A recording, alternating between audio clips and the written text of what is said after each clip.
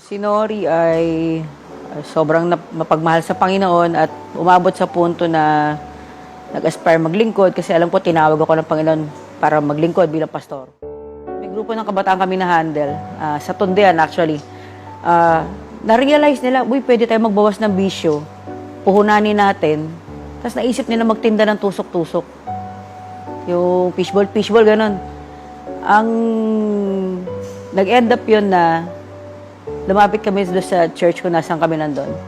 Yung mga bata kasi willing na sila, magbabagong buhay, paunti-unti, magtitinda, pero kulang sila ng gamit pang luto.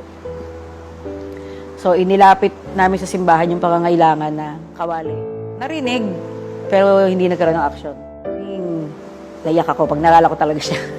Masyado kami nasaktan kasi in spite na hindi natupad yung pangarap ng mga kabataan, patuloy kami nakikisalamuha sa kanila, sa community. Kasama yung ilang kabataan on that certain church. Nagpatuloy yung relationship na yun eh. Patuloy yung paglilingkod sa community at sa pamilya. At nag-i-epekto nga nun yung, di ba parang na-broken ako dahil sa simpleng bagay. Pero yun din yung nakita kong ginamit ng Panginoon na initiative. Malaking impact yung kawali. Halin mo yung pamilya mo, i-provide mo, pero huwag kang pumikit sa mga nangyayari sa kapaligiran.